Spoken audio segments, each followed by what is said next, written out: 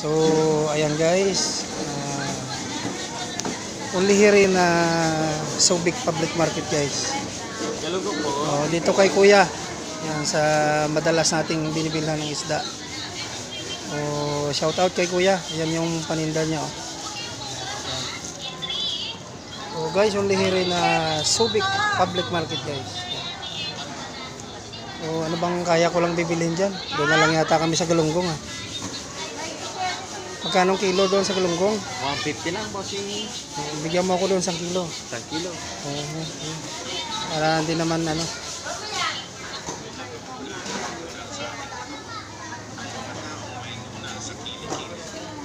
So ayan guys, nakabili tayo kay Kuya ng 1 kilo. May dagdag pa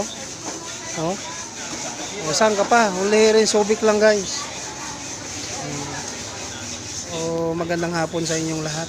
Maraming salamat po sa lahat ng sumusuporta po sa aking munting vlog. Thank you po. Maraming salamat po. Babayad na po tayo.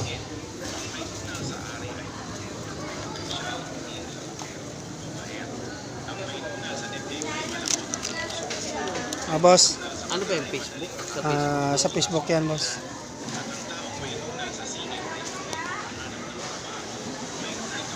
Yan guys, ito yung bayan ng Subic.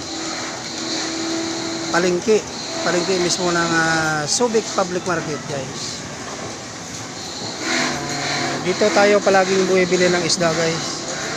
Kasi mas mura ng hilamak dito guys.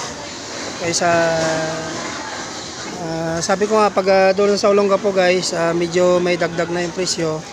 Kasi guys, dito nang gagaling sa Subic, port ng Subic guys.